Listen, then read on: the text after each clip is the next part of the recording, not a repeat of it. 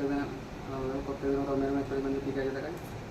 দেখুন এটা হচ্ছে সবজি ডাল আছে, আলু উচ্ছে এবং কাঁকরোল ভাজা আছে। দেখুন এটা হচ্ছে আপনার থলথলে মাছের ঝাল, ভোলা মাছের ঝাল। দেখুন দেখা যাচ্ছে ডিমের কষা, ডিম কারি আলু দিয়ে, আর হাঁড়িতে ভাজে। দেখুন সব ফেভারিট আইটেম আমার, এক হাঁড়ি ভাত নিয়ে বসে দেখুন গরম।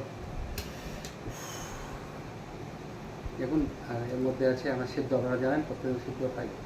কুমড়ো সিদ্ধ আছে, পেঁপে সিদ্ধ আছে, গাজর সিদ্ধ আছে, একদম গরম ভাত।